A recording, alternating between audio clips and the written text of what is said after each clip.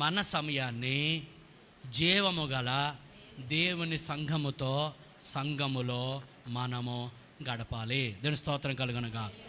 సంవత్సరానికి 52 ఆదివారాలు. ఎన్ని ఆదివారాలు దేవుని మందిరంలో సంఘములో కనబడుతున్నాం?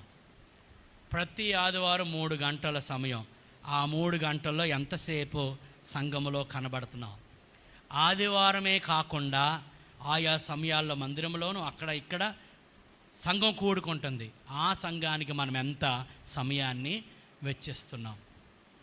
నేను అంటాను, ఈ సమయమును మనం గడపటం వలన మరొకరు మేలు పొందుతుంది. That's investing your life. నీ జీవితాన్ని వారి కొరకు వెచ్చిస్తూ ఉన్నా. సో నువ్వు వ్యక్తిగతంగా ప్రార్థన చేసుకోవడం, సమయం సద్వినియోగం చేసుకోవడమే.